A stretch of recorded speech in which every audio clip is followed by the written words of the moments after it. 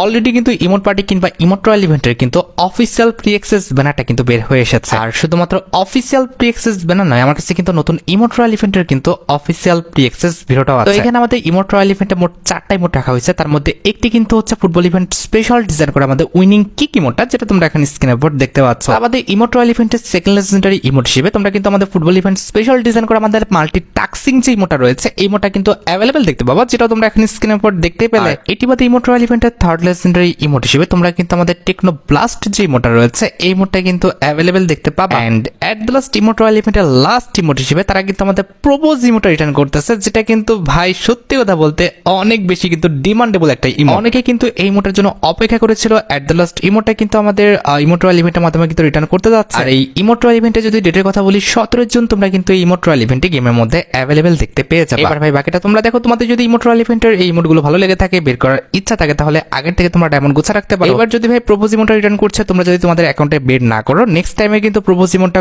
খুব লেট করে মোটামুটি 2 বছর পরে কিন্তু রিটার্ন করবে। তো এইসব করে তোমরা কিন্তু ডিসিশন নিয়েও ভুল যেন একদমই না হয়।